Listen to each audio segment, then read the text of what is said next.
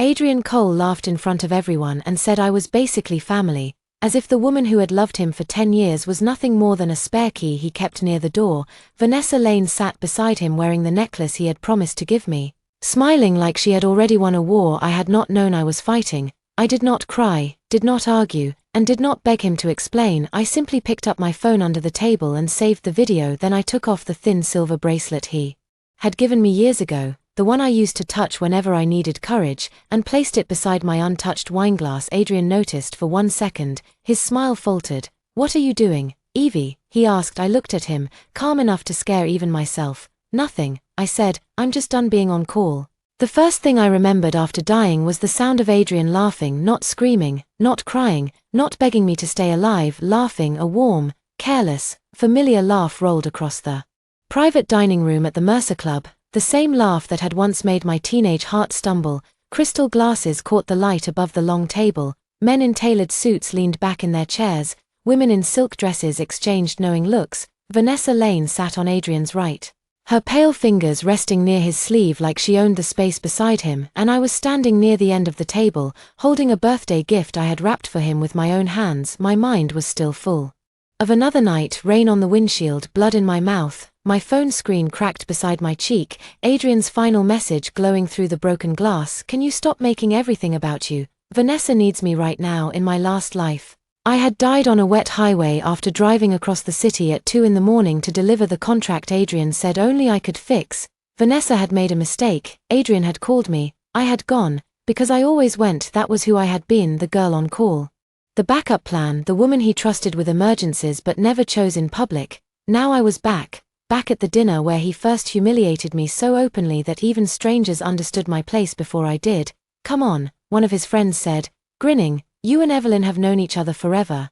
You two ever had a thing?" The old me had frozen. The old me had waited for Adrian to say something kind, something careful, something that would protect the years I had given him in silence. He had lifted his wineglass and laughed. "Evie," he said, like the idea amused him, "she's basically family." Everyone laughed. Vanessa lowered her eyes, pretending to be embarrassed. I remembered the exact burn of that moment. It had spread from my throat to my stomach, slow and humiliating. I had smiled then. I had acted like I was fine. Later that night, when Adrian called because Vanessa had lost an important donor brief, I had left my apartment in the rain and gone to help. That one decision had led to so many others. It had led to sleepless nights, stolen credit, cancelled birthdays, unpaid invoices, whispered rumors, and eventually the highway where my life ended while Adrian was busy comforting Vanessa. This time, I did not smile. I set his gift on the table. The laughter softened around me. Adrian looked up, still charming, still careless, still confident that I would absorb whatever he gave me.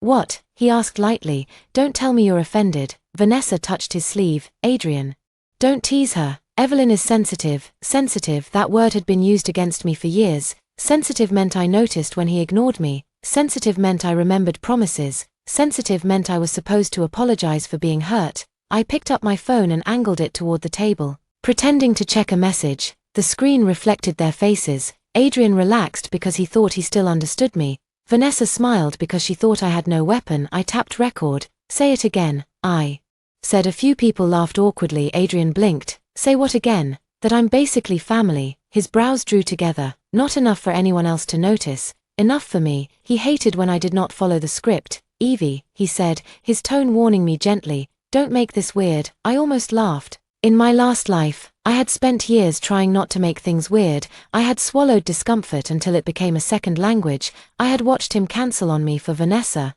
defend Vanessa, protect Vanessa, praise Vanessa for work I had done. I had told myself love was patient, love understood, love waited, but waiting had not made him love me. It had only taught him I could be kept waiting. "I'm not making anything weird," I said. "I just want to remember it correctly." The table went quiet. Across from me, Mara, my closest friend, stared with wide eyes. She had warned me about Adrian for years. I had always defended him. I had called him complicated, wounded, pressured, confused. I had called everything but selfish. Adrian gave a short laugh, sharper this time. "You're acting like I insulted you. You clarified something," I said. "That's different." Vanessa's smile thinned. "Evelyn, Adrian didn't mean anything by it." "I know," I said. "That's the problem." The silence deepened. I picked up my clutch. The silver bracelet on my wrist caught the light. Adrian had given it to me when I was 17, after I stayed up all night helping him prepare for a scholarship interview. He nearly forgot. It was not expensive. It had never mattered. I had worn it through college, through heartbreak, through every late-night call, every airport pickup, every emergency he created and expected me to solve in my last life. I still had it on when they zipped my body bag. I unclasped it. Adrian's eyes dropped to my wrist for the first time that evening. He stopped looking amused. "What are you doing?" he asked. I placed the bracelet beside his untouched gift, returning something that made me misunderstand my place. His jaw tightened. "Evelyn." There it was, not Evie, Evelyn. He only used my full name when I embarrassed him. I looked at Vanessa. The necklace at her throat was delicate gold with a small emerald pendant. I knew that necklace. I had chosen it 3 weeks ago when Adrian texted me from Paris. Panicked because he had forgotten Vanessa's return dinner and needed a feminine opinion, he had sent me photos from a boutique. I had picked the emerald because Vanessa liked green in my last life. I had told myself it did not matter. Now it glittered against her skin like proof of my own stupidity. "It suits you," I told her. Vanessa touched the pendant. "Thank you." I picked it. Her hand froze. Adrian's face changed. A few people looked from her to him. Vanessa recovered quickly. "Oh, Adrian mentioned you helped." "No," I said gently. "He didn't mention me at all." The words landed softly, but they landed. Mara covered her mouth with her glass. Adrian pushed back his chair. "Enough." I had heard that word so many times. Enough. When I asked why he forgot my birthday. Enough. When I questioned why Vanessa had access to files from my department. Enough. When I cried after his mother introduced Vanessa as the woman who brought light back into Adrian's life, while I stood there holding the event schedule I had built. Enough meant my pain had become inconvenient this time. I agreed with him. "Yes," I said, "enough." Then I walked out. No dramatic exit, no slammed door, no tears in the hallway. I walked past the hostess stand, past the polished mirrors, past the framed photographs of donors and old money families. Outside, the cold evening air hit my face. I inhaled like I had been underwater for years. My phone buzzed before I reached the curb. Adrian. I watched his name appear. For 10 years, that name had been enough to rearrange my life. I declined the call. He called again. I declined again. A text appeared. "Don't start this. Come back inside." Another. "You embarrassed Vanessa." Another. "You embarrassed me." I looked at those words for a long time. In my last life, I would have answered. I would have apologized for making him uncomfortable. I would have returned to the table and swallowed the rest of the evening with a smile. This time, I opened our message thread and scrolled. Years of requests filled the screen. "Can you pick up my dry cleaning before the gala? Vanessa is upset. Can you talk to her? Can you review this deck? Need it in an hour. Can you cover dinner? I forgot my wallet. Can you come over? I don't want to be alone. Don't tell anyone you helped with the proposal. Vanessa wants to feel she earned it. Can you be normal tonight? Can you not make this harder?" I began taking screenshots, one after another. I saved them into a folder and named it On Call. Then I turned off my shared location for a moment. My finger hovered over the toggle. Adrian had insisted on shared location years ago after I got mugged near campus. He said it made him feel better knowing where I was. I had found it sweet then. Later, it had become a leash. "Why were you at Daniel Reed's office? Why did you leave the gala early? Why are you home? I thought you had dinner with Mara." I turned it off. The screen asked me to confirm I did. A black town car slowed near the curb. The driver rolled down the window. "Miss Hart." "Yes, Mr. Cole asked me to take you home." Of course he had. Adrian always offered control disguised as care. "No, thank you," I said. The driver hesitated. "He said you shouldn't be alone." I smiled faintly. "I've been alone for years." Then I walked to the corner and called my own ride. By the time I reached my apartment, Adrian had called 12 times. Vanessa had texted once. "I'm sorry if tonight felt uncomfortable. I hope you know Adrian cares about you deeply, just not in the way you may want. Please don't punish him for being honest. In my last life, that message had destroyed me. I had read it in bed and cried into my pillow until dawn. Then I had apologized to her. This time, I laughed. It came out rusty and unfamiliar. I screenshot her message too. Then I blocked her. Not forever. Not yet, just long enough to hear my own thoughts without her soft little knife sliding between them. I showered. I changed. I made tea. I did not drink. At midnight, my phone lit again. Adrian. I should have gone to bed instead. I let it ring. Once, twice, 3 times. He stopped. A voicemail appeared. I did not listen. Then another call came through, not from Adrian but from his assistant, Paul. I knew this call. My hand went cold around the mug. This was the call that had killed me in my last life. Paul had said Vanessa had misplaced the donor compliance file for the Cole Foundation's Youth Arts campaign. The campaign launch was in 2 days. Without the file, The foundation could lose a major sponsor. Adrian could not reach the legal team. Vanessa was crying. Could I please come? I had gone, of course I had gone. I had driven through rain so heavy the highway looked like black glass. A truck had jackknifed near the exit. I remembered headlights, metal, pain. I remembered trying to call Adrian from the wreckage. I remembered him declining. My phone kept ringing. I set the mug down carefully, then I opened my laptop. I knew where the original compliance file was. I had created it. I knew Vanessa would claim she lost it because Evelyn had never sent it properly. I knew Adrian would believe her because believing Vanessa cost him nothing and blaming me cost him even less. Not this time. I opened my email and found the original thread sent 3 weeks ago to Vanessa Lane CC, Adrian Cole, Paul Meyer attachment, Cole Foundation Youth Arts Compliance Packet Final.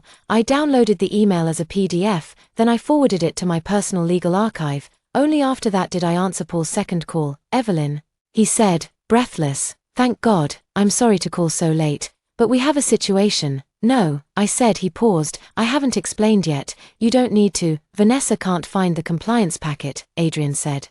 You handled the final version. I sent it 3 weeks ago. It's in her inbox. She says she never received it. She did. Paul lowered his voice. Could you come to the office? Just for an hour. Adrian is losing it. My pulse stayed steady. No. The silence on the other end was so complete I could hear his office printer humming. No, he repeated. I'm not available. Evelyn, this is important. I know. That's why I documented it when I sent it. Can you at least forward it again? To whom? To Vanessa? No. Paul sounded stunned. Why? Because if I send it now, she'll claim I fixed her mistake tonight. The original email is already in her inbox. Use the search bar. He said nothing. I continued. Search the subject line. Final compliance packet, sent at 9:42 p.m. on March 3rd. Adrian is copied. Another silence, then the faint sound of typing. Oh, Paul said. There it was, the first tiny crack. Oh, I repeated. I found it. Good night. Paul, wait, Adrian wants to talk. To you. I don't want to talk to him. Before Paul could answer, Adrian's voice came on the line. Evie, my stomach tightened from habit. Not love, don't call me that. What the hell is going on with you tonight? I could ask you the same thing. I needed you. No, I said, you needed the file I already sent. You know what I mean. I used to. He exhaled sharply. I could picture him pacing his glass office. Tie loosened, hair pushed back, Vanessa somewhere nearby with tears in her eyes.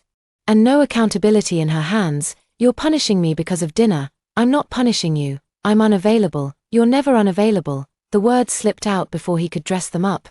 There it was, the truth. I closed my eyes. In another life, those words would have felt like proof that I mattered. Now they sounded like a job description I had never agreed to. I am now, I said, then I ended the call. My hands shook afterward, not from regret, from withdrawal. It is strange how pain can become routine, how disrespect can become familiar enough to feel like home. My body still expected me to fix things, to smooth the night over, to call him back, to protect him from the consequences of his own choices. I did not. I made another folder, Adrian calls. I saved the call log, then I opened my banking app. For years, small payments had flowed from me into Adrian's life like water leaking through a cracked pipe. Dinner deposits, event vendors, last-minute courier fees, Vanessa's flowers when Adrian forgot, a hotel suite upgrade for his mother because his card was locked. He always paid me back eventually, or said he would, or forgot in a way that made me feel petty for remembering. I downloaded the statements, I highlighted the charges, I created a spreadsheet. By 3:00 a.m. I had a map of my own exploitation. It was not dramatic, that made it worse. No single line looked unforgivable by itself. $184.62, $420.00, $79.99, $1,300.00 tiny pieces of my life, disguised as favors. At 3:17 a.m., Mara texted, "Are you alive?" I almost cried. Yes, good, because if you go back to that man, I'm committing a felony. I smiled, not going back. 3 dots appeared, disappeared, appeared again. You mean it? I looked around my apartment. Adrian's old college hoodie hung over a chair, a framed photo of us at 19 sat on my shelf, a stack of Cole Foundation binders occupied half my desk. My life had become a storage unit for someone else's convenience. I typed back, "I mean it." Then I stood and began removing him. The hoodie went into a donation bag, the photo went face down, the binders went into a box labeled evidence. Because sentiment had failed me but documentation would not. The next morning, I went to work early. Heart and Veil Brand Strategy occupied the 24th floor of a building overlooking Bryant Park.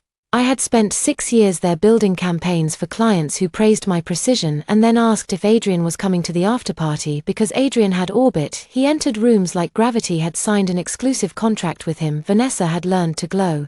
In that gravity I had learned to work in the shadow. At 9:00 a.m., we had a meeting about the Cole Foundation campaign. Vanessa was not an employee of Heart and Veil, but she attended as the foundation's creative ambassador, a title Adrian had invented after she returned from London with no job, no plan, and a talent for looking wounded in expensive clothes. She arrived 10 minutes late wearing cream silk and an anxious expression. Adrian came with her. He never attended routine meetings. Today he did. His eyes found mine immediately. I looked down at my notes, not because I was afraid, because I was working. Our department director, Helen Price, cleared her throat. Let's begin, Vanessa.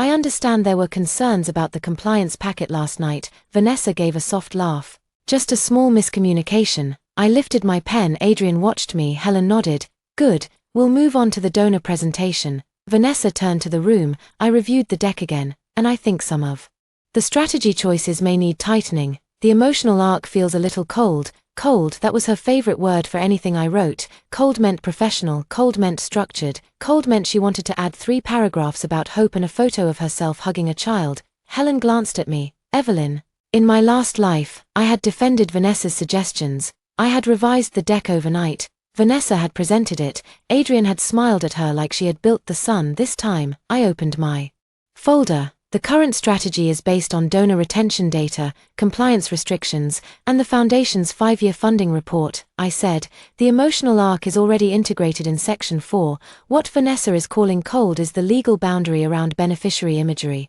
Vanessa blinked. I clicked to the next slide. Using identifiable minors in campaign materials without updated guardian consent would violate the release terms. I explained this in the document I sent Vanessa and Adrian 3 weeks ago. The room shifted. Vanessa's lips parted. I never said we should violate anything. No, I said, you suggested we add personal images from last year's workshop. Those releases expired in December. Adrian leaned back. Evelyn, no one is attacking you. I'm answering the question. His eyes narrowed. Helen looked between us. Do you have the release summary? Yes. I handed printed copies around the table. Vanessa stared at the first page. I had added a footer prepared by Evelyn Hart, date stamped, version controlled, no more invisible labor. Helen read quickly. This is thorough. Thank you, I said. Vanessa's fingers tightened around the paper. I wish you had walked me through this before. I did. Her eyes flicked to Adrian. I opened the email chain on the conference screen. Sent March 3rd. Follow-up March 6th. Reminder March 12th. Confirmation request March 15th. All unanswered by Vanessa, all copied to Adrian. The room went silent. Adrian's face hardened. But not at Vanessa, at me. That was the moment I understood something I had refused to see before. He did not dislike being lied to, he disliked watching me prove it. Helen took off her glasses. Vanessa, please review all prior materials before requesting strategy changes. Vanessa's cheeks flushed. Of course. Adrian stood. Can I speak to Evelyn outside? No, I said. Everyone looked at me. My heart beat hard once, then steadied. We're in the middle of a meeting, I added. If it concerns the project, we can discuss it here. His jaw flexed. Fine, he said. After, I turned back to Helen. The next issue is sponsor alignment. The meeting continued. Adrian stayed. He did not speak again, but I felt his stare like a hand gripping the back of my neck. Afterward, I packed my laptop slowly. Vanessa hurried out with Paul. Helen gave me a look I could not read but did not stop me. Adrian waited by the door. You made her look incompetent, he said. I zipped my bag. She did that herself. She's under pressure. So am I. You're better at handling it. I looked at him. There it was again, the compliment that was actually a sentence. Because I was strong, I should carry more. Because Vanessa cried, she should be protected. Because I could survive pain quietly, he felt entitled to give me more of it. I'm not available for that anymore. His mouth twisted. You keep saying that. You should start believing it. I moved past him. He caught my wrist. Not hard, not cruel. Familiar. That was worse. For 10 years, his hand on my wrist had been enough to stop me. This time, I looked down at his fingers until he released me. Don't touch me without asking, I said. Shock flashed across his face. Evie, Evelyn. He laughed once, disbelieving. You're really doing this? Yes. Because of one joke? No, I said, because I finally understood it wasn't a joke. I walked away before he could answer. At my desk, there was a white envelope waiting, no return address inside. Was a handwritten note. You think documentation makes you safe? Be careful, Evelyn. People hate women who keep receipts. There was no signature, but Vanessa wore the same perfume as the paper, light jasmine, expensive, sweet enough to rot. I folded the note, slipped it into a plastic sleeve, and added it to the evidence box. Then my phone buzzed. Unknown number. I answered. Already recording. A woman's voice said, "Miss Hart, this is Lydia Cole, Adrian's mother. In my last life, Lydia had liked me in the way wealthy women liked reliable service. She praised my manners, trusted me with seating charts, asked me to handle vendors, and introduced Vanessa as the kind of woman Adrian needs." I sat straighter. "Mrs. Cole, I hear there was unpleasantness at dinner. That depends on who described it." A pause. Lydia was not used to me having edges. "Adrian is upset."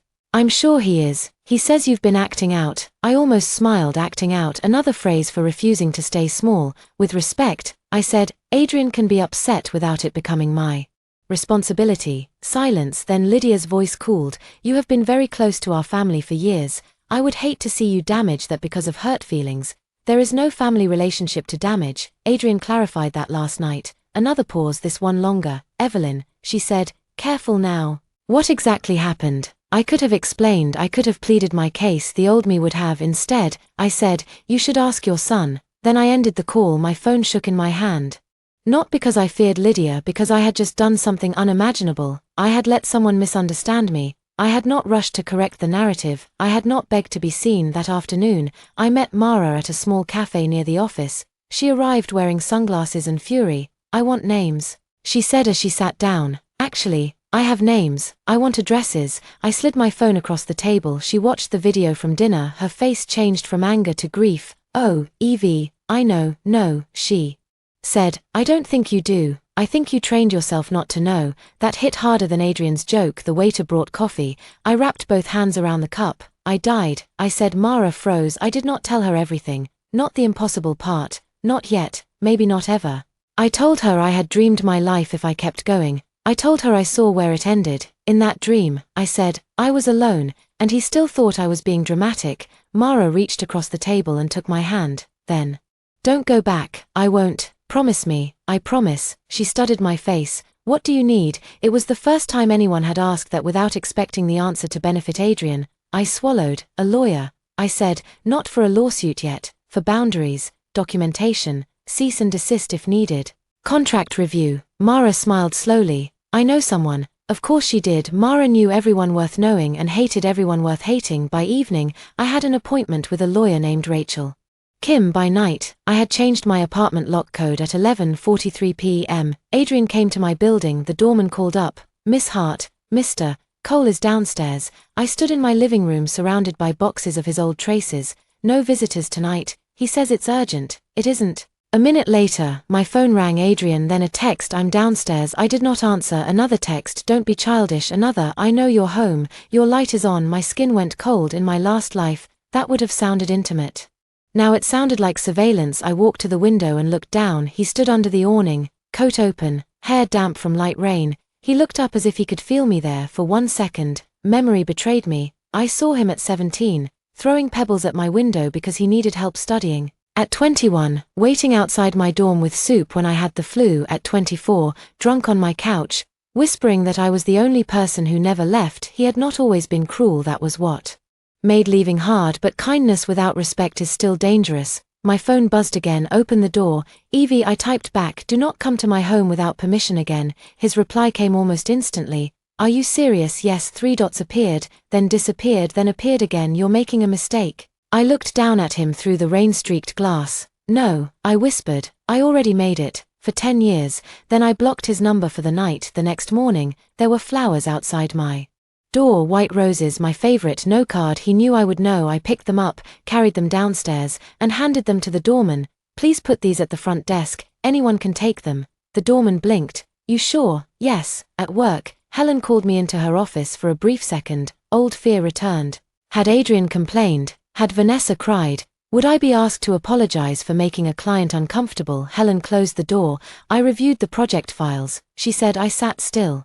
"You've done more than your assigned scope." "I know. Why didn't you flag that earlier?" "Because Adrian asked me not to make Vanessa look bad, because I thought love meant protecting his peace at the cost of mine, because I was a fool. I should have." I said, "I'm flagging it now." Helen leaned back. "Good. From this point forward, All Cole Foundation work goes through official channels, no personal texts, no Orphaus revisions without billing approval, no unpaid emotional consulting disguised.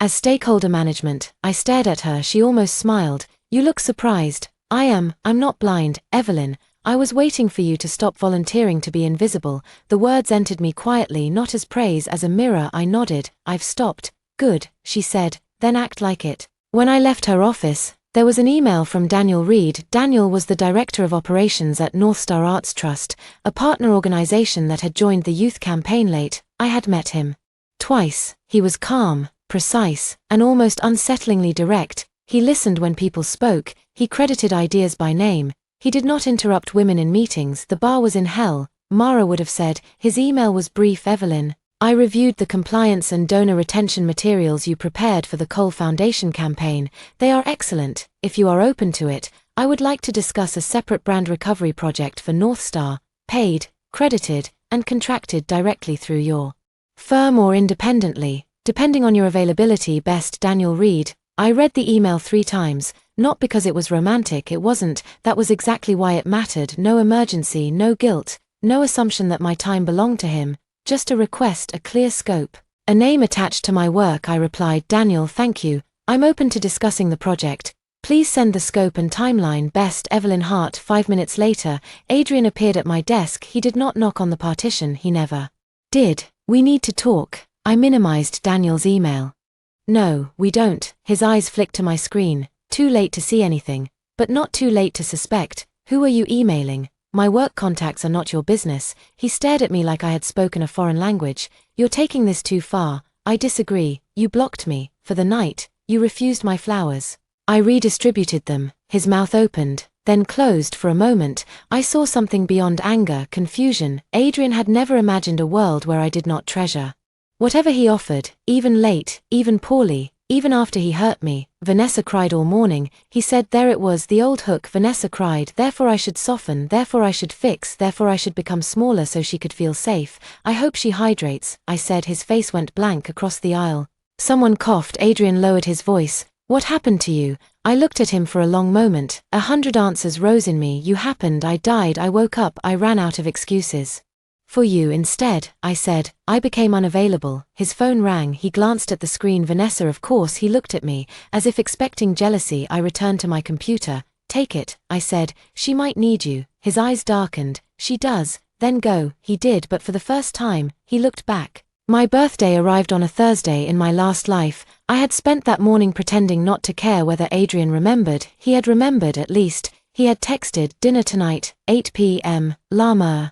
Wear the blue dress. I had worn the blue dress. I had waited at the restaurant for 90 minutes before he called to say Vanessa had a panic attack after seeing her ex at a gallery opening. He said he would make it up to me. He said I knew how fragile she was. He said I was strong enough to understand. I had understood myself into loneliness this time. When his text arrived, I did not feel joy. Dinner tonight, 8 p.m., La Mer. Wear the blue dress. No happy birthday. No question, just an instruction. I stared at the message over breakfast, then I typed back, I already have plans. His response came 2 minutes later, cancel them. I laughed once, quietly. No, a full 10 minutes passed, then he called. I let it go to voicemail. At lunch, Mara brought cupcakes to my office and put a tiny paper crown on my head. You look like a queen who just signed an execution order, she said. I declined dinner with Adrian. Mara froze with a cupcake halfway to her mouth. I'm sorry, I need you to repeat that because I think I just heard personal growth. I declined dinner with Adrian. She set the cupcake down slowly. I'm so proud I could throw a chair. Please don't. Helen likes this conference room. Fine, I'll throw one emotionally. I smiled. It felt strange to smile on my birthday without waiting for a man to validate the day. Daniel's scope document arrived at 2:00 p.m. It was clean, respectful, and detailed. North Star Arts Trust had suffered a donor confidence issue after a former board member misused restricted funds. Daniel wanted a transparent rebrand focused on accountability, not pity. He requested my strategic review and offered a consulting fee higher than anything Adrian had ever remembered to reimburse. At the bottom, Daniel wrote, I understand if your current workload makes this impossible. If you decline, I would still appreciate your permission to cite your Cole Foundation compliance structure as an example of best practice, with your name included. I read that phrase until my throat tightened. Recognition should not have felt like rescue. It should have felt normal. The fact that it didn't told me how long I had lived below normal. I accepted an introductory call at 4:30 p.m. Adrian texted again, "Don't be stubborn. I booked the private room." I replied, "Enjoy it." He did not respond. At 7:50 p.m. I stood outside La Mer, not because I had changed my mind, because I had come to cancel the reservation myself. The hostess smiled. "Miss Hart, Mr. Cole hasn't arrived yet. Your table is ready." "I won't be dining," I said. "Please cancel the reservation under my name." Her fingers paused over the screen. "It's under Mr. Cole's account. But the deposit card is yours." Of course it was. In my last life, Adrian had asked me to put down the deposit because his assistant was handling too much. I had forgotten. No, I had chosen not to remember. "How much?" I asked. $500. I opened my banking app and found the charge. I screenshotted it. "Cancel it," I said. "There's no refund within 4 hours." "That's fine." A waiter passed carrying a small cake with a single candle. My cake. I remembered Adrian ordering it in advance because I had sent him the restaurant link, the cake flavor, the reservation time, and the reminder that it was my birthday. He had not planned romance. He had followed instructions. The hostess looked uncomfortable. "Would you like to take the cake?" I thought about it, then I smiled. "Give it to the staff." Her face softened. "Are you sure?" "Yes, but please write happy birthday, Evelyn on it. Someone should say it tonight." She did. The kitchen staff sang quietly when I left outside. My phone buzzed. "Adrian, where are you?" I took a photo of the restaurant entrance and sent it. "I left." His reply came fast. "What do you mean you left?" "I mean I did not wait." A pause, then "Vanessa needed me for 20 minutes. I'm on my way." There it was again, the assumption that my time would remain untouched while he spent it elsewhere. I typed, "Don't come." He called. I declined. Another text, "You're being dramatic." I looked through the restaurant window. A server was carrying the cake toward the kitchen. The little candle flame trembled but did not go out. I replied, "No, I'm being accurate." Then I went home, changed out of the blue dress I had worn for myself, and ordered Thai food with Mara. At 10:12 p.m., Vanessa called from an unknown number. I answered because I wanted her voice on record. "Evelyn," she said, soft and breathless. "I know you blocked me, but I didn't want tonight to become another misunderstanding." "Then be clear." She hesitated. "I had a bad moment at the gallery. Adrian was just helping me." "Okay. I didn't know it was your birthday dinner." "You did." A faint silence. "What?" "You texted me last week asking whether La Mer allowed outside flowers because you said Adrian wanted the night to be perfect." She swallowed. "I forgot." "You didn't." Her voice sharpened for half a second before she covered it.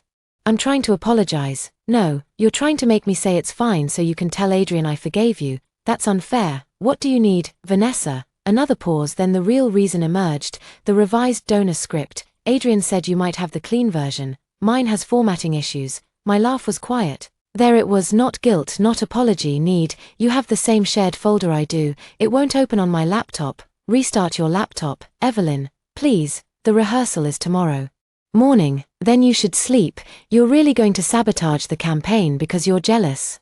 I smiled at my dark kitchen window. "Thank you." "For what?" "For saying that clearly." I ended the call and saved the recording. The next morning, Vanessa arrived at rehearsal with red eyes and the wrong version of the script. The rehearsal room at the Cole Foundation building had floor-to-ceiling mirrors, polished wood floors, and a view of the East River. Volunteers moved chairs, technicians adjusted microphones. Vanessa stood near the podium, clutching wrinkled pages and looking like a saint.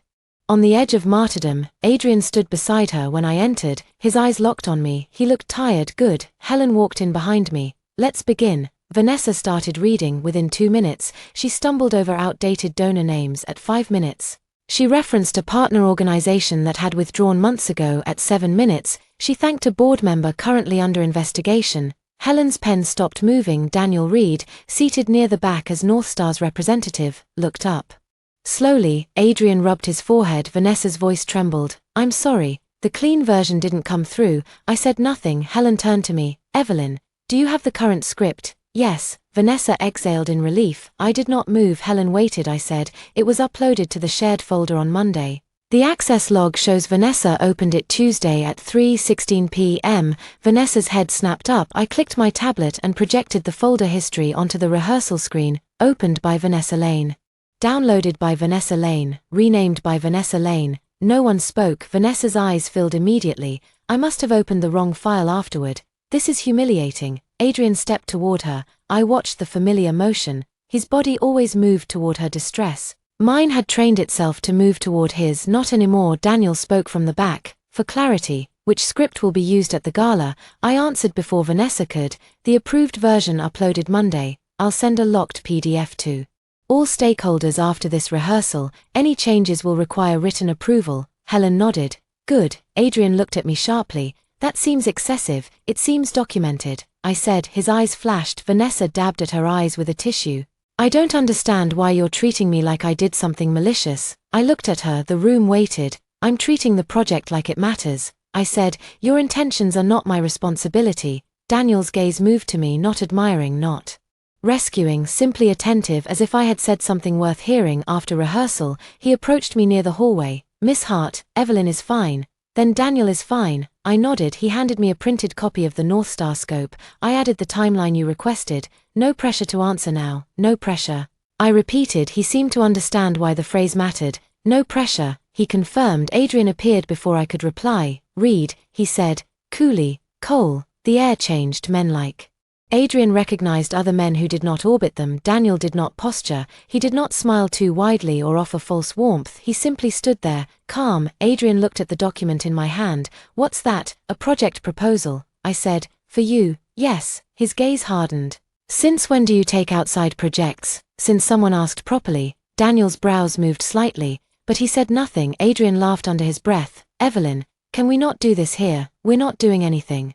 You're making a point. I'm making a decision. His face tightened. Daniel looked at me. I'll let you two speak if you want privacy. I don't, I said. The words came out before I could soften them. Adrian stared. Daniel nodded once. Understood. Then he left. Adrian watched him go with a look I had never seen on his face before. Jealousy, but not the kind I once dreamed of. This was not love realizing itself. This was ownership, realizing the lock had been changed. Are you dating him? Adrian asked.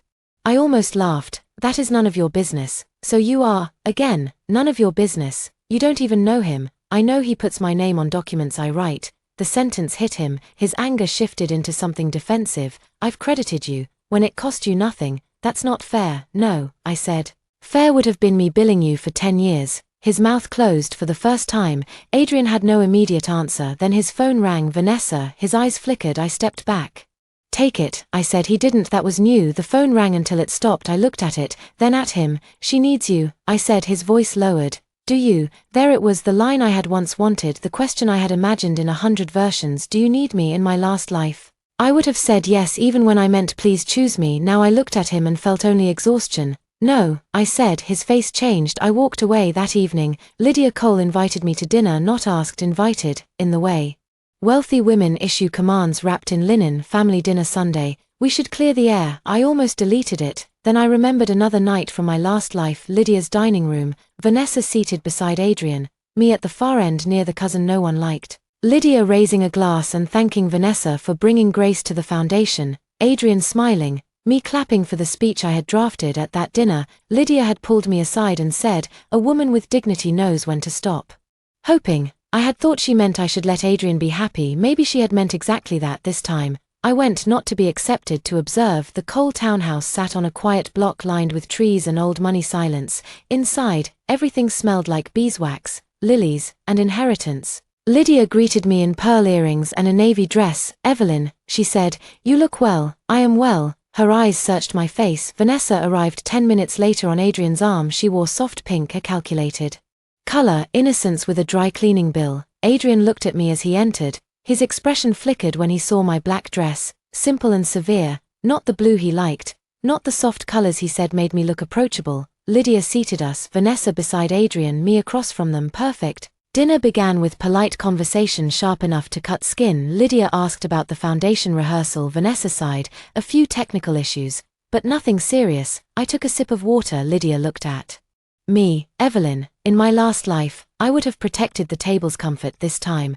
I protected the truth. The wrong script was used. We corrected it." Vanessa's fork touched her plate too loudly. Adrian said, "It was handled." "Yes," I said, "because I handled it." Lydia's gaze sharpened. Vanessa smiled sadly. "I know Evelyn feels overlooked. I wish she would believe that none of us meant to make her feel small."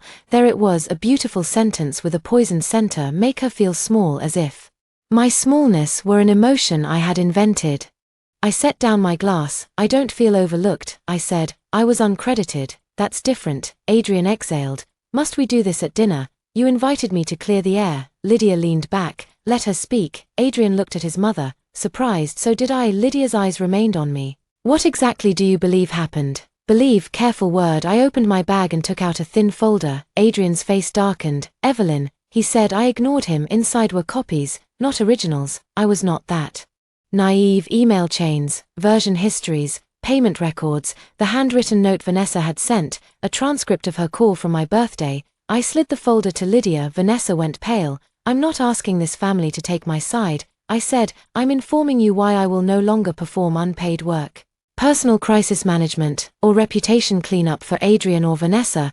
The room froze. Adrian's cousin coughed into his napkin. Lydia opened the folder. Her expression did not change as she read. That was more frightening than anger. Vanessa whispered, "This is obsessive." "No," I said, "this is organized." Adrian pushed his chair back. "Enough." I turned to him. That word again. His eyes burned. "You're trying to humiliate her." "No, I'm refusing to disappear for her." Lydia lifted one page. "Adrian, did Evelyn prepare the donor compliance structure?" He said nothing. "Adrian, yes," he said. "Did Vanessa present portions of that work as her own?" Vanessa's eyes filled. "I never meant to." Lydia held up a hand. Vanessa stopped. For the first time since I had known her, someone interrupted her tears. A strange peace moved through me. Not joy, peace. Lydia closed the folder. "Evelyn," she said, "what do you want?" Adrian looked at me, and I knew what he expected: an apology, a confession, a plea, a request for him to finally see me. I had wanted that for so long. Now it felt too small. "I want all future communication about foundation work to go through Heart and Veil or legal channels. I want no personal calls after business hours. I want reimbursement for documented expenses within 30 days. And I want Adrian to stop coming to my home." Lydia's gaze flicked to her son. Adrian looked away. Vanessa whispered, "You're punishing him because he doesn't love you." The table went silent. There it was, the cruelty stripped of perfume. I looked at her. "No," I said, "I'm freeing him from the burden of using me." Adrian flinched. Vanessa did not. I stood. "Thank you for dinner, Mrs. Cole." Lydia rose. "2, Evelyn." I paused for a moment. I saw something like regret in her face. Not enough, but something. "You were right to document this," she said. Vanessa looked as if Lydia had slapped her. Adrian stared at his mother. I nodded once and left. Outside, rain tapped lightly against the sidewalk. Halfway down the steps, Adrian caught up. "Evelyn." I kept walking. "Stop." I did not. He moved in front of me. "Please." That stopped me, not because he said please, because I could not remember the last time he had. His face was pale in the streetlight. "Is this about Daniel Reed?" I stared at him. He had watched me lay out years of unpaid labor, public humiliation, emotional manipulation, and boundary violations, and somehow he still thought the center of the story was another man. "No," I said. "That's your problem, Adrian. You can only understand losing me if you imagine someone else taking me." His mouth tightened. "Is he taking me?" He said nothing. "No," I said, "I'm taking me." I stepped around him. He caught my sleeve, then released it quickly when I looked down. "I didn't know you felt this way." That old lie. I turned back. "Yes, you did." His eyes flickered. "You knew when you asked me not to date anyone because it would make things complicated. You knew when you held my hand at your father's funeral and slept in my guest room for a week. You knew when you told me Vanessa was your past and I was your constant. You knew when you kissed me on New Year's Eve and pretended you were too drunk to remember." His face lost color. I had never said that out loud. The kiss had lived between us like a ghost he refused to name. "You remembered," he said. "Of course I remembered. Evie, no, you don't get to make me soft with that name." He swallowed. Rain gathered on his coat. For one breath, I saw panic break through his pride. "What do you want me to say?" he asked. In my last life, that question would have opened a door. This time, I saw the trap. He wanted instructions, a script, a way to keep me without becoming responsible for the harm. "Nothing," I said. "I'm done teaching you how to value me." Then I left him on the sidewalk. The next week, I signed the North Star contract. My name appeared on the first page, lead strategy consultant, Evelyn Hart, not Adrian's friend, not Vanessa's support, not basically family. Me. Boundaries do not feel like freedom at first, they feel like guilt with better posture. For the first 2 weeks after the Cole family dinner, I woke up each morning expecting consequences: a call from Lydia, a complaint from Adrian, a whisper campaign from Vanessa, an email from Helen saying the foundation no longer wanted me on the campaign. Some consequences came, they just did not look the way fear had promised. Adrian stopped texting demands. Then he began texting questions. Did you eat? Are you safe? Can we talk without fighting? I didn't answer. Vanessa stopped pretending sweetness and began sharpening rumors. At first, she was careful. Evelyn is under a lot of stress. I think she misunderstood Adrian's kindness. She has always wanted more than he could give. Then, when I did not react, she grew bolder. Evelyn is trying to damage the foundation because Adrian chose not to date her. The old me would have panicked. The new me took screenshots. Mara called my evidence folder the Museum of Audacity. Helen called it useful. Rachel Kim, my lawyer, called it more than enough for a formal notice if they escalate. I liked Rachel immediately. Her office was small, bright, and organized with the kind of precision that made chaos feel embarrassed to enter. She reviewed my documents without dramatic reactions. When she finished, she removed her glasses. Do you want money, an apology, or distance? She asked. The question startled me. I don't know. Then don't act until you do. I want them to stop using me. That is distance. I want them to stop lying about me. That may require pressure. I want Adrian to understand. Rachel's expression softened, not with pity but recognition. That one is not legal relief. I looked down. I know, people often want the person who harmed them to become the witness who validates the harm. Sometimes they do, often they don't. Build your plan around what you can prove and control. Control, not revenge, not pleading, control. I left her office with a draft boundary letter and a clearer spine. At work, the North Star project began. Daniel did not hover, he did not send late-night messages, he did not compliment me in a way that felt like bait. He asked questions, listened to answers, and paid invoices within 48 hours. The first time North Star's board met to discuss my strategy proposal, Daniel opened the meeting by saying, Evelyn Hart built the framework you're about to review. I recommend we listen carefully before making assumptions. It was such a simple sentence. It changed the room. People turned toward me before I spoke, not toward Daniel, not toward Adrian. Me, I presented for 23 minutes. No one interrupted. Afterward, a board member asked a sharp question about donor trust. I answered with data, timeline, and risk language. Daniel did not step in. He did not rescue me from being challenged. He let me be competent in public. That, I realized, was a kind of respect I had rarely experienced with Adrian. Adrian defended me only when I was weak enough to make him feel strong. Daniel respected me enough not to reduce me to someone needing defense. After the meeting, he walked me to the elevator. Good work, he said. Thank you. I mean that specifically. Your risk ladder changed 2 board members' minds. Specific praise, another small normal thing that felt almost unreal. The elevator arrived. Before I stepped in, Daniel said, there's a donor dinner next Friday. I'd like you there as lead consultant, not as my guest. As the person responsible for the strategy, I looked at him. He seemed to know the distinction mattered. I'll check my calendar. I said, of course, no pressure, no demand. The doors closed between us. I leaned against the elevator wall and breathed. My phone buzzed. Mara, how's respectful adult man? I smiled. Respectful, gross. We love him. Don't. Too late. I have named your future children. Mara, fine. I have named your future boundaries. Better. Another text arrived before I could put my phone away. Adrian, I heard you're working with Reed now. I stared at the message. Then another came. People are talking. Another. He's using you to get to the foundation. I typed, unlike you. He uses contracts I should not have answered, but sometimes growth has teeth. Adrian replied immediately. So this is about him? No, it is about me. For once, he did not respond for almost an hour. Then, I miss you. I set the phone down. Those 3 words arrived years late and carrying nothing useful. I had imagined them so many times that the real version felt counterfeit. I did not reply that night. I began packing my apartment. The lease would end in 2 months, but I had already found a new place downtown, farther from Adrian's building, farther from the restaurants where I had waited, farther from the version of myself who mistook proximity for intimacy.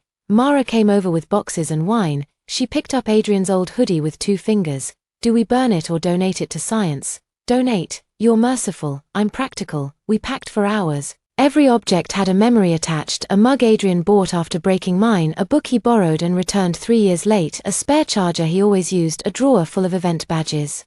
From nights where I worked behind the scenes and watched Vanessa receive flowers on stage, Mara held up one badge, Cole Foundation Winter Benefit, staff. I laughed bitterly. I was not staff. What were you? I looked at the badge, invisible. She threw it into the evidence box. Near midnight, someone knocked. We both froze. Another knock, not frantic, certain. Mara whispered, if that is him, I'm choosing violence. I checked the peephole. Adrian stood in the hallway. Of course, I opened the door with the chain on. His gaze dropped to it. Pain flashed across his face, as if the chain were an insult instead of a boundary. What do you want? I asked. His eyes moved past me to the boxes. You're moving. Yes. When were you going to tell me? I wasn't. He stared. You weren't going to tell me you're moving. No.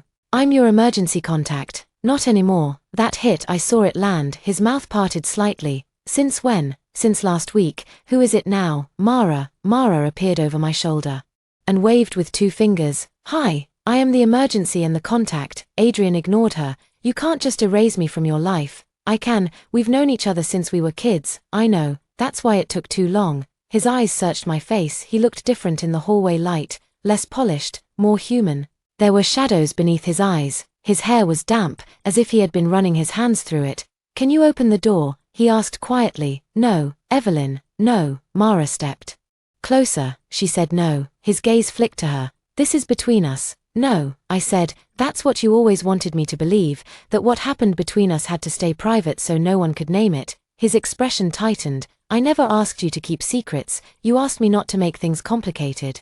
That's not the same, it was to me. He gripped the doorframe. I came to apologize. The hallway seemed to still. Mara looked at me. I looked at Adrian. Go ahead, I said. He swallowed.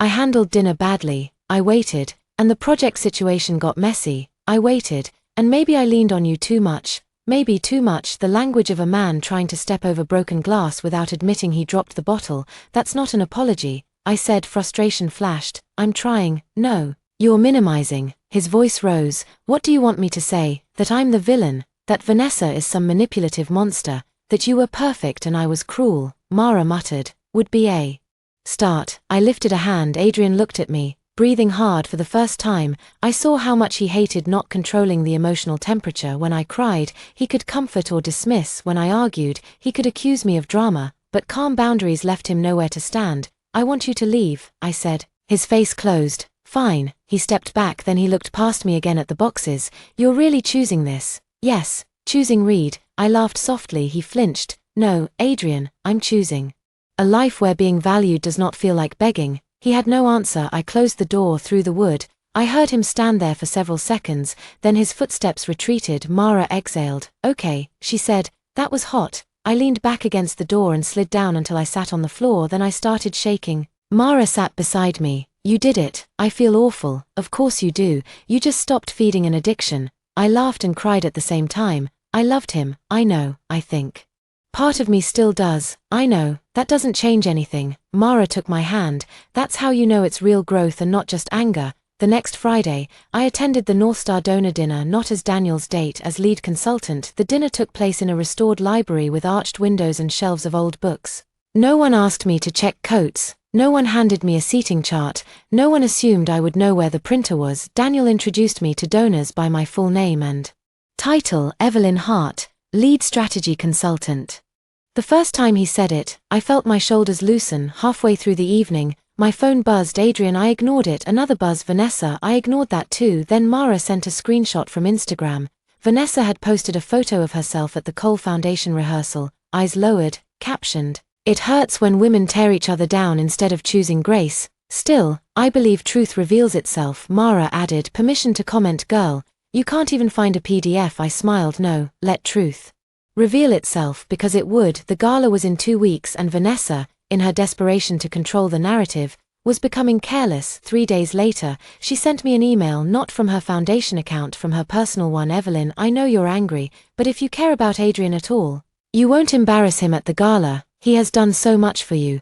Don't make people question his judgment just because you couldn't accept being his friend. Also, please send the final impact statement. I know you drafted it. I don't want to involve Helen over something so petty." Vanessa, I read it twice, then I forwarded it to Rachel. Rachel replied within 6 minutes, "Do not respond, preserve header data." So I did not respond. Vanessa followed up by text, "You're making this harder than it needs to be. Then Adrian will hate you if you ruin this. Then you know he always comes back to me when things get hard." The last message would have gutted me once, now it clarified the battlefield. I saved everything. That evening, Adrian called from a new number. I answered because Rachel had told me patterns mattered. "This is Evelyn." A pause. "You blocked me again." "Yes, you can't keep doing that." "I can." "Vanessa says you're withholding materials." "Vanessa has access to all approved materials. She's scared of you." "She should be scared of her inbox." He exhaled harshly. "Why are you like this now?" The question was almost funny. I was like this at work for years, you just never noticed because I didn't use it against you. I don't want to fight, then stop calling. I miss my friend. I closed my eyes. Friend, he had hidden behind that word for years. A friend he kissed drunk, a friend he called at midnight, a friend who paid deposits, wrote speeches, covered mistakes, held grief, and waited in restaurants. A friend he never had to choose. I was not your friend, I said. Silence. I continued. I was the woman you kept close enough to use and far enough to deny. His breathing changed. That's not fair. It's accurate. You think Daniel values you? He asked, voice turning cold. You think men like him don't want something? Maybe he does, I said, but he asks, you take. The line went silent. Then Adrian said, very quietly, you belong with people who know you. No, I said. I belong with people who respect me. I ended the call. The next day, Vanessa made her move. She chose the shared friend group because she thought nostalgia would weaken me. Mara called it a strategic mistake made by a woman who overestimates candlelight. The gathering was at a rooftop bar where we had celebrated birthdays, promotions, engagements, and all the undefined years of my life with Adrian.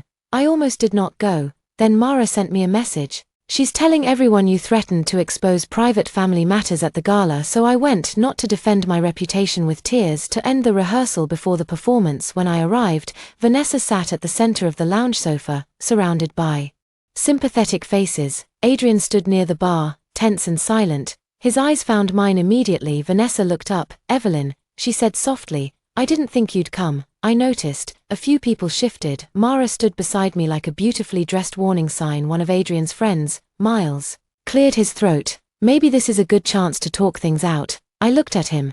Did Vanessa tell you what needs talking out? Vanessa's eyes shone. I told them I don't want this to become ugly.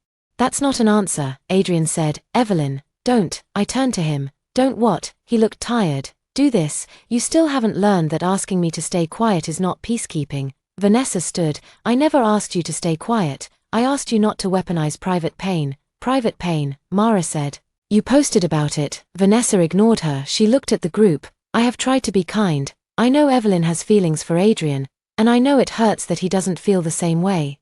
But punishing the foundation, threatening me, and trying to make him jealous with Daniel Reed is not healthy.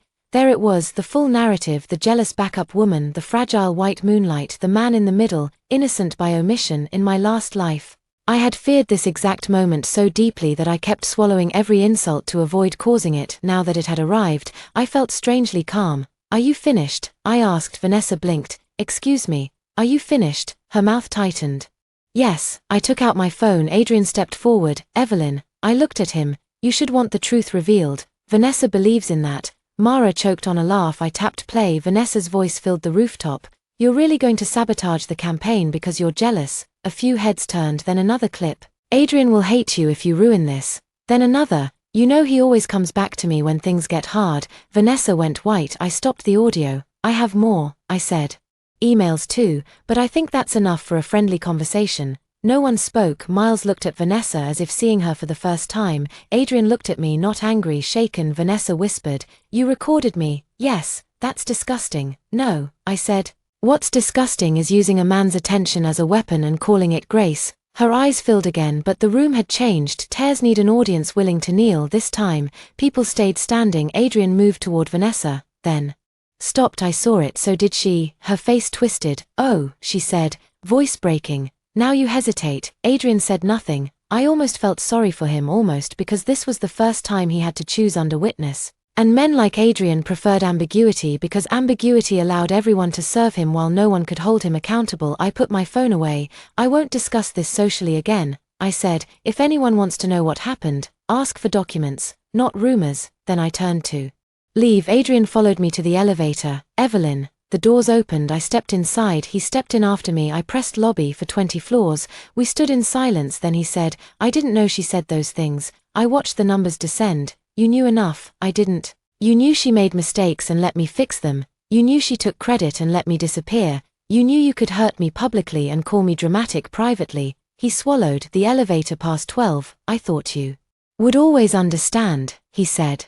I did, I said. That was the tragedy. He looked at me. I'm sorry. The words entered the small metal space between us, clearer than before. Still late. I believe you're sorry, I said. His eyes lifted, hopeful despite himself. I also believe you're sorrier about losing access to me than hurting me. The hope died. The doors opened, I walked out. He did not follow. 2 days before the gala, Vanessa sent her final threat. It came as a voice message. Her voice was lower than usual. Less honey, more blade. If you humiliate me at the gala, I'll make sure everyone knows you chased Adrian for years. I'll tell them you were unstable, obsessive, pathetic. Do you really think people will take your side over mine? I'm the woman he chooses in public. You're the one he calls when I'm done with him. I listened once. Then I sent it to Rachel. Rachel's reply was simple. Now we're ready. The Cole Foundation Gala had always been Vanessa's favorite stage in my last life. She wore champagne satin and stood beneath warm lights while Adrian introduced her as the heart of the campaign. I stood backstage with a headset,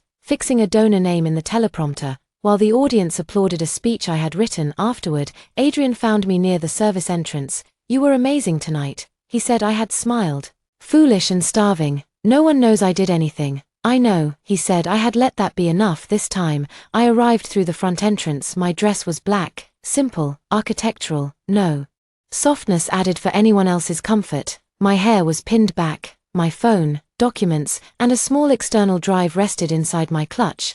Rachel had reviewed everything. Helen had copies. Daniel had copies only of the North Star relevant materials, because boundaries applied even to good men. Mara had one job, keep me from being cornered alone. She took that job with terrifying joy. You look like litigation in heels, she said as we entered the ballroom. Thank you. I meant that as a compliment.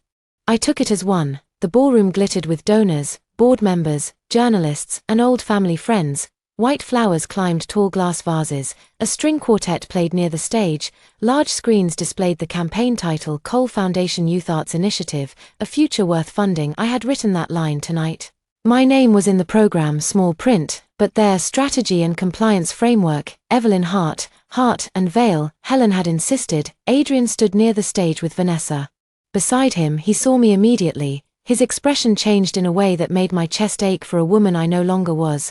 Vanessa followed his gaze. Her smile tightened. She wore emerald green. Of course she did. The necklace rested at her throat, the one I had chosen. I almost admired the commitment. Lydia Cole approached me before either of them could. Evelyn, Mrs. Cole, you came. I'm working. Her mouth curved faintly. Yes, I see that now. It was not an apology, not quite, but Lydia Cole did not waste words, and something in her tone acknowledged what pride would not. She lowered her voice. There will be no ambush from my side tonight. Good. I cannot promise the same for Vanessa. I know. Lydia studied me. You are prepared. Yes. For what? I looked toward the stage. For the truth to stop being private. Lydia said nothing. Then she nodded and moved away. The first hour passed smoothly. Donors drank champagne. Board members praised transparency. Daniel introduced me to 2 arts directors who wanted to discuss future work. He did not touch my back. He did not hover. He stood beside me when appropriate and left space when I spoke. Adrian watched. Every time Daniel laughed at something I said,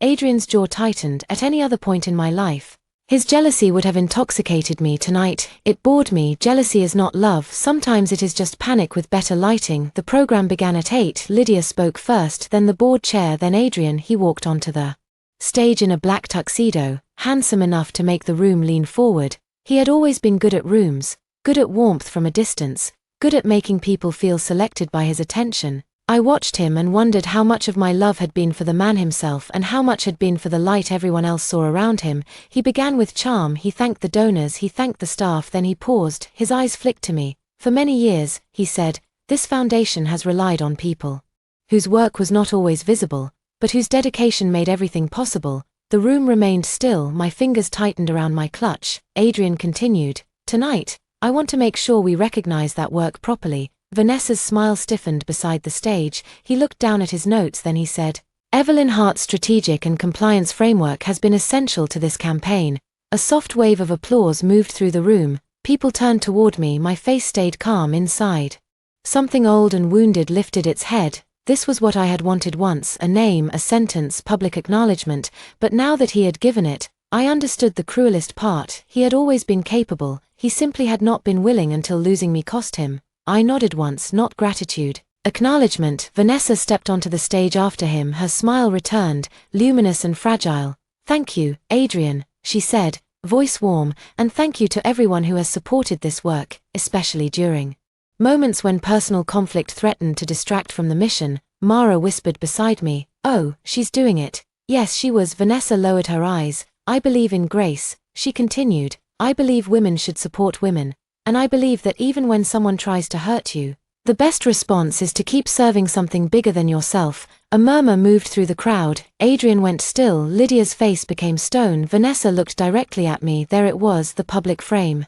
She did not say my name. She did not have to. Her voice trembled perfectly. This campaign was never about ego. It was never about credit. It was about children who deserve art, hope, and safety. Applause began, soft, uncertain. I did not move. Vanessa smiled through tears. Then she made her mistake. She looked at the screen behind her and said, the impact statement you're about to see was written from my heart. The screen changed. The first line appeared, art does not save children by pretending. Systems are kind. It saves them by giving them tools, witnesses, and rooms where their voices are not corrected into silence. I knew that sentence. I had written it at 1:00 a.m., 3 weeks before my death in another life. In this life, I had never sent it to Vanessa. She had pulled it from an old shared draft, a draft marked internal, unapproved, and authored by me. Helen turned her head slowly toward the stage. Daniel's expression sharpened. Rachel, seated near the back, opened her tablet. Vanessa continued reading. My words filled the ballroom in her voice. And something inside me went very quiet. There are humiliations that burn, there are humiliations that freeze. This one clarified. When Vanessa finished, the applause was warmer. She placed a hand over her heart. Thank you, she whispered. Adrian looked at me. He knew. I saw the recognition in his eyes. He knew that language was mine. He knew before anyone else did, and he still did not interrupt her. That was the final answer I needed. The board chair returned to the microphone. Before we continue to the donor pledge segment, we have time for one brief acknowledgement from the strategy team. Miss Hart, Helen had arranged this, not Rachel, not Daniel. Helen. I stood. Vanessa's face flickered. Adrian took one step forward. I walked to the stage. The room watched me. Every step felt like walking out of a grave. At the microphone, the lights were hot enough to make the audience blur. I could see the front tables clearly. Lydia, Adrian, Vanessa, Daniel, Mara, donors, journalists, all the people who had seen parts of me, but never the whole cost. I placed my folder on the podium. Good evening, I said. My voice was steady. My name is Evelyn Hart. I am the lead strategy consultant for the compliance and donor framework behind this campaign. A pause. I want to begin by thanking the volunteers and staff who made tonight possible. Visible work is often celebrated, invisible work is often expected. Both deserve accountability. The room shifted. Vanessa's smile disappeared. I clicked the remote. The screen behind me changed, not to scandal, not yet, to the official version. History of the impact statement created by Evelyn Hart. Date, time, internal draft, unauthorized for public use. A murmur moved through the ballroom. Vanessa whispered, oh my God. I continued. The statement just read was an internal draft written by me. It had not been approved for public presentation, and it was not authored by Miss Lane. The murmur grew. Adrian's face went pale. Vanessa stepped toward the microphone. This is a misunderstanding. I turned to her. Then we should clarify it. I clicked again. The screen showed the access log downloaded by Vanessa Lane, forwarded to personal email, renamed final_Vanessa_impact. Someone gasped. Vanessa's eyes filled. I was going to credit you. No, I said. You removed the author metadata. The room went silent. I clicked again. Email chain. Vanessa requesting materials. Me declining to resend files already available. Vanessa accusing me of jealousy. Then the birthday call transcript. Then the voice message threat. I did not play the audio yet. I let the words sit on the screen. Do you really think people will take your side over mine? I'm the woman he chooses in public. You're the one he calls when I'm done with him. The ballroom froze. Vanessa covered her mouth, not in shame, in calculation. Adrian looked as if someone had opened a door beneath his feet. I turned back to the audience. I did not come here tonight to discuss a private heartbreak. I came here because private exploitation became professional misconduct. Work was taken, credit was reassigned, boundaries were ignored, and when I objected, I was framed as jealous, unstable, and vindictive. I looked at Adrian. Then he flinched. I loved someone who benefited from my silence. That was my mistake. But my mistake does not make the work less mine. For the first time, my voice trembled, not weakly, honestly. I am correcting the record. Applause did not come, not yet. People were too stunned. That was fine. Truth does not need immediate applause to be true. Vanessa rushed to the microphone. This is cruel. You planned this. You wanted to ruin me. I stepped aside, giving her room. A mistake on her part, a choice on mine. She faced the audience, tears spilling now. I have worked so hard for this foundation. I have given everything. Evelyn has always resented my relationship with Adrian, and now she's twisting private messages to punish me. Mara's face was murder. Rachel watched calmly. Adrian stepped onto the stage. Vanessa, he said quietly, stop. She turned to him. The microphone caught her whisper, defend me. The room heard it. Adrian closed his eyes. He looked older when he opened them. I can't. 2 words, too late for me, devastating for her. Vanessa stared at him. What? He faced the room. The framework was Evelyn's, he said. So was the statement. So were several donor materials Vanessa presented. Gasps. Lydia lowered her eyes. Vanessa shook her head. Adrian, don't do this. He looked at her, and for once, his voice held no softness. You told me she was withholding files. You told me she was threatening you because she wanted me. She does want you. Vanessa snapped. The room went silent again. There it was, the mask cracking under heat. Vanessa turned toward me, no longer crying prettily. You've wanted him since we were teenagers. You followed him around, fixed his life, waited for scraps, and now you act noble because you finally realized he didn't choose you. The words struck. Old shame rose then passed because they were partly true, and truth, even cruelly spoken, could not destroy me anymore. Yes, I said. The room stilled. Vanessa blinked. Yes, I repeated. I loved him. I waited too long. I accepted too little. I mistook being needed for being valued. That is true. Adrian's face twisted. I looked from him to Vanessa. But here is what is also true. He used that love. You used that labor. And I am done paying for both. Then I clicked the final slide. A summary documented unpaid expenses, unauthorized use of intellectual work, boundary violations, formal notice pending, all communication through counsel and Hart and Vale, no emotional accusation, no pleading, just facts. Helen stood first. I confirm Hart and Vale recognizes Evelyn Hart as lead author of the strategy framework and impact materials, she said. We will conduct a formal review of authorship misuse connected to this campaign. Daniel stood next. North Star Arts Trust will continue its work with Miss Hart directly. We also support transparent review of campaign materials before any donor funds are pledged tonight. Then Lydia rose. The room quieted even further. Lydia Cole did not need a microphone. Her voice carried. On behalf of the Cole Foundation Board, the pledge segment is paused pending review.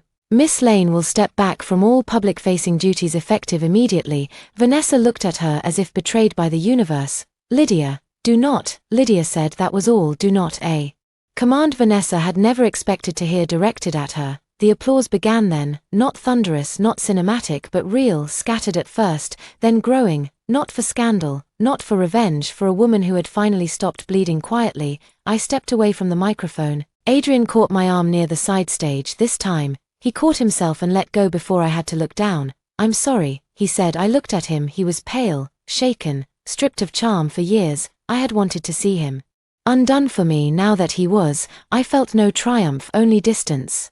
Not here, I said. Then where? Nowhere. His eyes filled with something like fear. Evelyn, please, I understand now. No, I said, you witness consequences. That is not the same as understanding. He swallowed. Behind him, Vanessa was being guided away by Lydia's assistant. Her face had gone empty with shock. The emerald necklace still glittered at her throat. My old choice, my old foolishness, my old labor. Adrian followed my gaze. I should never have given her that necklace, he said. I almost laughed. Of all the things to regret, that necklace was never the wound. I said, it was just easy to see. I walked past him outside the ballroom.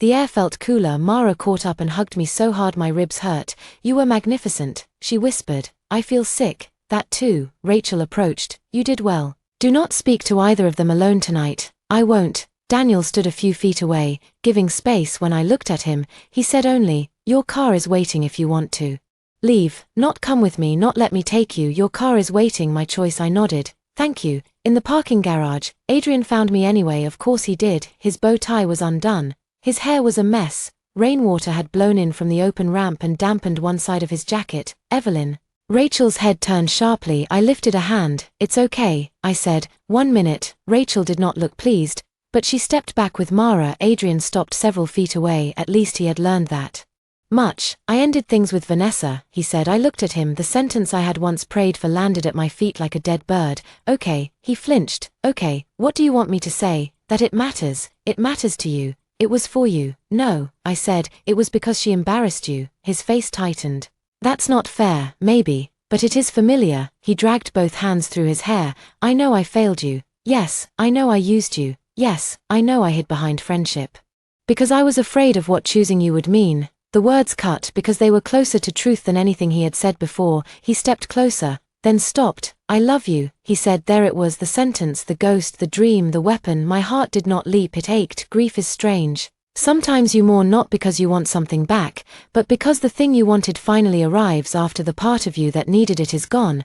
I loved you too, I said. His breath caught. 4 years, quietly, stupidly, completely. Don't say it like that. Like what? Like it's over. It is. He shook his head. It doesn't have to be. Yes, I said, it does. Evelyn, I can fix this. No, you can face it. His eyes shone. I'll do anything. You had years to do anything. I was blind. No, I said. You were comfortable. That landed harder than anger. He looked away. I reached into my bag and removed an envelope. Rachel had prepared it that afternoon in case Adrian escalated. I had not expected to use it so soon. He stared at it. What is that? A formal notice. All personal contact stops tonight. Any project-related communication goes through council or official channels. Any further visits to my home or office will be documented as harassment. His face drained. You're giving me a legal notice. I'm giving myself peace. He did not take it at first, so I placed it on the hood of the nearest car between us, a ridiculous place for the final document of a 10-year attachment. Maybe that made it perfect. He looked at the envelope, then at me. You're really leaving me? I thought of the highway, the rain, the phone declining my call, the girl I had been dying with, his name still lit on her screen. No, I said, I'm leaving the place where I waited for you. Rachel opened the car door. Mara touched my elbow. Daniel stood by the exit, not approaching, not claiming, simply present. Adrian saw him, his face twisted. Is he why you can do this? I looked at Daniel, then back at Adrian. No, I said, he is what respect looked like after I forgot. Then I got into the car. Adrian stood in the garage as we drove away. He did not run after us. Maybe he finally understood doors could close without asking his permission after the gala. The story spread faster than I expected and slower than Vanessa deserved. A Society columnist posted a vague item about authorship disputes and emotional fireworks at a major foundation gala. Someone leaked that the pledge segment had been paused. Donors began asking questions. Heart and Veil opened its internal review. The Cole Foundation board requested full documentation of campaign materials. I did not leak anything. I did not need to. For years, Vanessa had relied on the fact that everyone preferred a beautiful lie to an uncomfortable paper trail. But paper trails have patience. They do not cry, they do not flirt, they do not tremble under cross-examination. They simply wait to be opened. Rachel handled the formal communications. Helen handled the firm review. Lydia handled the foundation. And from what Mara gathered through her frightening network of friends, Lydia handled Vanessa with the emotional warmth of a guillotine. Vanessa lost her title first, creative ambassador removed from the website, then her speaking role, then her access to foundation files, then the private invitations. The final blow came when the board discovered she had submitted expense claims for community outreach meetings that had actually been lunches with fashion editors, spa visits framed as donor cultivation, and one weekend hotel stay she had billed under youth art site visit. It was not enough for prison, it was enough for exile. In circles like theirs, exile was quieter and sometimes crueler. Invitations stopped, calls went unanswered. Women who had once kissed her cheeks began saying, "Poor thing, she's been under stress," which in that world meant they had already buried her socially and were choosing the flowers. Vanessa tried to call me 3 times. I did not answer. Then she sent one final email. "You got what you wanted. Are you happy now?" I forwarded it to Rachel and deleted it from my inbox. The truth was, happy was not the word. Happiness sounded too light for what I felt. What I felt was space. A room inside me had been cleared, and for the first time, I could hear my own footsteps in it. Adrian did not disappear as easily at first. He obeyed the legal notice. Then came the indirect messages. Flowers sent to Heart and Veil returned, a handwritten apology delivered to my old apartment, unopened, a donation made in my name to an arts program, acknowledged by the program, not by me. Then he tried Mara. Mara took a screenshot of his message and sent it to me. "Adrian Cole, I know she doesn't want to hear from me, but can you tell her I'm sorry?" Mara replied before I could stop her. Mara Blake, she knows, that's why she hired a lawyer. I told her she was impossible. She said, "You're welcome." 2 weeks after the gala, Rachel called me into her office. Adrian had agreed to reimburse my documented expenses. All of them. The total number sat on the page like an accusation, $38,742.19. I stared at it. Rachel watched me carefully. Many clients feel strange when the amount becomes real. I thought it would be smaller. It rarely is. I touched the edge of the paper. 10 years of small emergencies. 10 years of "I'll get you back." 10 years of being useful enough to cost myself money and invisible enough to make asking for repayment feel embarrassing. Will he fight it? I asked. No, why, Rachel? Hesitated. His attorney says he wants to make things right. I laughed once. Rachel's mouth curved faintly. I know, she said, but we can accept funds without accepting narratives. That became my favorite legal sentence. We can accept funds without accepting narratives. So I did. The money arrived 4 days later. I did not spend it. I opened a separate account and named it Return, not because the money returned what I lost, it didn't, but it proved I was allowed to count. My new apartment overlooked a narrow street lined with cafes and old brick buildings. It was smaller than my old place, warmer, quieter, no memories of Adrian in the corners, no spare charger in the drawer, no hoodie on the chair, no sense that at any moment, my phone could ring and turn my evening into someone else's emergency. On my first night there, Mara helped me assemble a bookshelf. We did it badly. One shelf leaned. We left it that way and called it Character. At 9:00 p.m., Daniel sent a message. Congratulations on the move. I hope the new place feels peaceful. No question, no demand, no hidden invitation, just a kind sentence. I replied, it does. Thank you. Then I put my phone down. That was new too, not waiting for a response, not measuring my worth by how fast someone typed back. 3 weeks later, North Star held its public relaunch. The event was smaller than the Cole Gala but cleaner in every way. No stolen speeches, no hidden labor, no emotional landmines under floral arrangements. Daniel opened the program, then he introduced me not as a friend, not as someone special to him, as the architect of the trust rebuilding strategy. I walked onto the stage to applause that did not feel borrowed. The lights were bright, but not blinding. I looked out at the audience and saw arts directors, donors, volunteers, Helen, Mara, Rachel, and several young program leaders whose names were printed correctly in the program because I had checked 3 times. Daniel stood near the side of the stage, not behind me, not in front of me. Beside the exit, giving me the floor. I spoke about trust, about accountability, about how institutions often confuse good intentions with good conduct. My voice did not shake. Near the end, I said, repair begins when people stop asking the harmed party to preserve everyone else's comfort. The room went still. I had not planned to say it, but once I did, I knew it belonged there. After the event, donors approached me with questions. 2 asked about future consulting, 1 offered a board advisory opportunity. Helen pulled me aside and said Hart and Vale wanted to formalize a leadership track for me with compensation matching my actual scope. In my last life, I had died racing to save Adrian's campaign. In this life, I stood under my own name and negotiated my own future. Daniel found me near the refreshment table. You were excellent, he said. Specifically, I asked, smiling. He smiled back. Specifically, your line about comfort changed the room. 3 donors referenced it in conversation. Afterward, good, very good. A quiet settled between us, not awkward, just full. He glanced toward the balcony. Would you like air? I considered, then nodded. Outside, the city was cold and alive. Lights moved in office towers across the street. Traffic hummed below. Daniel stood beside me, leaving a respectful distance. I heard the coal reimbursement was resolved, he said. I looked at him. He lifted a hand slightly. Helen mentioned it in passing. If that's intrusive, I apologize. It's okay. It was resolved. I'm glad. Are you? He looked surprised. Yes. Why? Because people should not have to pay to be taken for granted. The sentence landed quietly. I looked away first. A month ago, I might have mistaken the warmth in my chest for salvation. Now I understood it as recognition. Daniel was not my reward. He was not the proof that I had moved on. He was a person standing near me in a life I had chosen for myself. That made him more real, not less important. Can I ask you something? He said, yes. Would you like to have dinner with me next week? Not for work, no pressure. If the answer is no, our project remains exactly as it is. There it was, a door, not a leash, not a demand, a question. I thought of Adrian texting, cancel them. I thought of birthdays spent waiting. I thought of the girl who believed being wanted meant being summoned. Then I looked at Daniel. Yes, I said, I would. His smile was small and genuine. Good. And Daniel, yes, if I ever say no, I need it to stay no. His expression sobered. Always. That was all. No grand speech, no vow, no rescue, just a boundary acknowledged without injury. It felt more intimate than any desperate confession Adrian had ever made.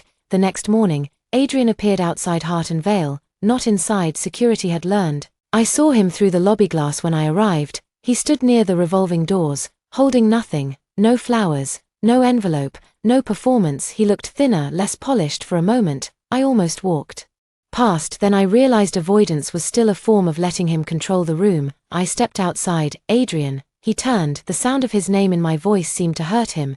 Thank you for speaking to me. I haven't agreed to a conversation. He nodded quickly. Right, I know, I'm not here to pressure you. I waited. He took a breath. I'm selling my apartment. I did not respond. I thought you should know, I won't be near your old building anymore. Okay, and I'm stepping back from the foundation for a while. My mother thinks I need to understand the difference between leadership and being protected from consequences. Lydia's phrasing, definitely. That sounds wise, I said. He gave a humorless laugh. It sounds humiliating. Both can be true. He looked at me, then really looked. Not as if searching for the old softness, as if trying to see the person he had spent years not seeing. I read everything, he said. The messages, the expenses, the emails. Rachel sent copies through my attorney. I read all of it in one sitting. I said nothing. I kept thinking, no, that can't be right. I would remember asking that much of you. His voice roughened. Then I realized I didn't remember because it cost me nothing. The words were good, clean, late. I'm glad you understand that now, I said. His eyes reddened. I don't know how to live with what I did to you. That is not mine to solve. He nodded. But tears gathered anyway. I had never seen Adrian cry in public. The old me would have moved toward him instantly. My hands stayed at my sides. I know, he whispered. I just wanted to tell you I'm sorry without asking you to make me feel better. For the first time, his apology did not ask for anything that mattered. It did not change my answer. Thank you, I said. He swallowed. Are you happy? I thought about my crooked bookshelf, my quiet mornings, my name on contracts, my phone face down during dinner, Mara laughing on my floor, Daniel asking, not demanding, my own money counted, my own life returned. I'm becoming peaceful, I said. That's better. He closed his eyes briefly. When he opened them, he looked past me into the lobby, where my reflection stood in the glass, straight-backed, still scarred, no longer waiting. Do you love him? He asked. I knew who he meant. The question should have annoyed me. Instead, it made me sad. Even at the end, Adrian reached for comparison because he did not know how to understand my leaving without another man standing in the space he lost. I'm learning not to confuse being chosen with being saved, I said. His mouth trembled. That doesn't answer the question. It answers the one that matters. He nodded slowly. I loved you, he said. I know, I think I still do. You may. He flinched. I softened my voice. Not my boundary. Love does not create a right of return, Adrian. The sentence passed between us like a final door closing. He looked down, then he stepped back. Goodbye, Evelyn. Goodbye, Adrian. He walked away. This time, I did not watch until he disappeared. I went upstairs. Helen was waiting near my office with a folder. Leadership track proposal, she said. And before you ask, yes, your compensation is in writing. I took the folder. Good, she smiled. You've become difficult. I smiled back. No, I've become documented. She laughed. Inside my office, sunlight fell across my desk. My nameplate sat near the door. Evelyn Hart, Senior Strategy Lead, not temporary, not hidden, not someone else's emergency contact. I opened the leadership proposal and read every line.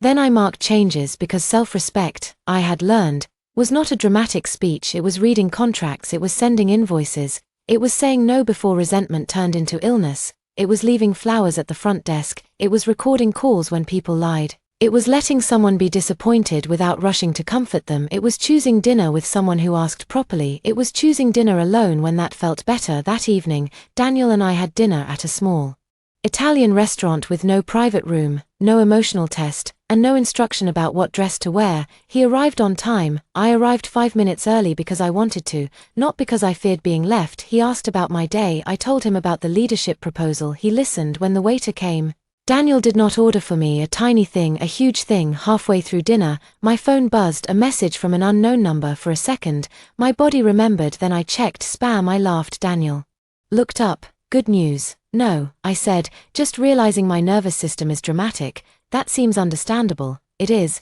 but it's learning. After dinner, he walked me outside. The night was cold, not rainy, not cinematic, just a normal city night with taxis, steam from street vents, and people rushing home. Daniel stopped near the curb. I had a good time, he said. So did I. I'd like to see you again. I looked at him. Years ago, I would have searched his face for signs of future abandonment.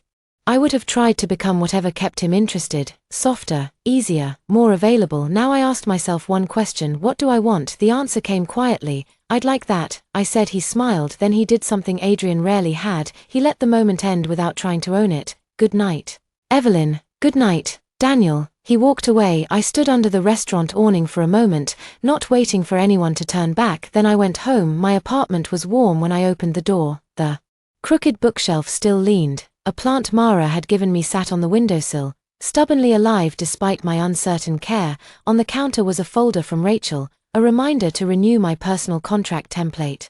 Beside it was a cupcake from the bakery downstairs because I had decided ordinary Tuesdays deserved sweetness. I changed clothes, washed my face, made tea, no calls interrupted, no crisis demanded me, no man's need rearranged the furniture of my night. I sat by the window and watched the city. For years, I had believed love meant being the person someone could call at any hour. Now I knew better. Sometimes love was a call, sometimes it was a question, sometimes it was silence respected. But whatever it was, it could not require me to abandon myself in order to prove I deserved it. My phone lit once. Mara, how was dinner with Mr. Emotional Maturity? I smiled. Respectful, that's not gossip. Comfortable, better. Any kissing? Good night. Mara, coward. I laughed out loud, then I set the phone down and looked at my reflection in the dark window. I was not the girl at the end of Adrian's table anymore, not the woman in the rain, not the backup option, not the emergency contact, not the invisible author of someone else's beautiful speech. I was Evelyn Hart, and for the first time in my life,